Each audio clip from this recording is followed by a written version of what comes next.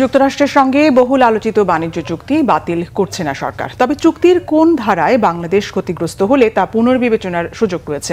তাই অহেতুক আতঙ্কিত না হওয়ার অনুরোধ জানিয়েছেন বাণিজ্য মন্ত্রী খন্দকার আব্দুল মুকতাদির। পণ্য ডাম্পিং নিয়ে বাংলাদেশের বিরুদ্ধে করা যুক্তরাষ্ট্রের অভিযোগকে ভিত্তিহীন বলেছেন তিনি। রিপোর্ট সৈয়দ আব্দুল মুহিতের। ত্রয়োদশ জাতীয় সংসদ নির্বাচনের ঠিক ৩ দিন আগে বাংলাদেশ ও যুক্তরাষ্ট্রের মধ্যে হয় বাণিজ্য চুক্তি, যা নিয়ে সম্প্রতি শুরু হয়েছে সমালোচনা। এরই মাঝে ঢাকা সফর করছে দেশটির assistant trade representative for south and central Asia Brendan লিঞ্জের নেতৃত্বে যুক্তরাষ্ট্রের একটি প্রতিনিধি দল। বাণিজ্য মন্ত্রী খন্দকার আব্দুল মুকতাদিরের সাথে সচিবালয়ে বৈঠক হয় প্রতিনিধি দলের। বাংলাদেশ ও যুক্তরাষ্ট্রের মধ্যে পারস্পরিক বাণিজ্য চুক্তিকে একটি বাস্তবতা বলে উল্লেখ করেন মন্ত্রী।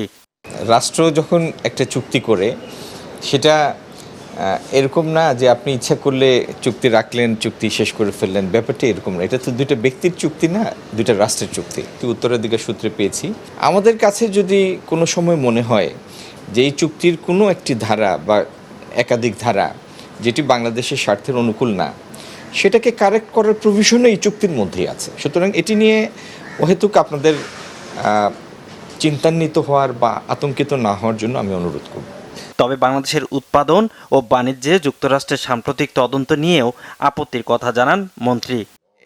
এরকম একটা ইনকোয়ারি ইনিশিয়েট হওয়াটা না হলে আমরা সেটা অ্যাপ্রিসিয়েট করতাম, সেটা আমরা তাদের জানিয়েছি, যেহেতু ইতিমধ্যে তাদের সাথে আমাদের একটা চুক্তি হয়েছে।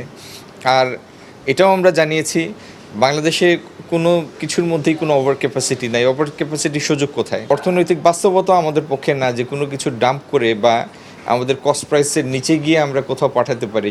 পরে পরিবেশ, বন ও জলবায়ু বিষয়ক মন্ত্রী আব্দুল আউয়াল মিন্টুর সাথে বৈঠক করে প্রতিনিধি দলটি। যুক্তরাষ্ট্রের সাথে করা চুক্তিতে তার মন্ত্রণালয়ের অসম কিছু দেখছেন না বলে জানান মন্ত্রী। এনভায়রনমেন্ট ইমপ্রুভ করার জন্য এই লগুলো যেন ঠিকমতো আমাদের দেশে বাস্তবায়ন করে। সৈয়দ আব্দুল মুহিত, বাংলা ভিশন, ঢাকা।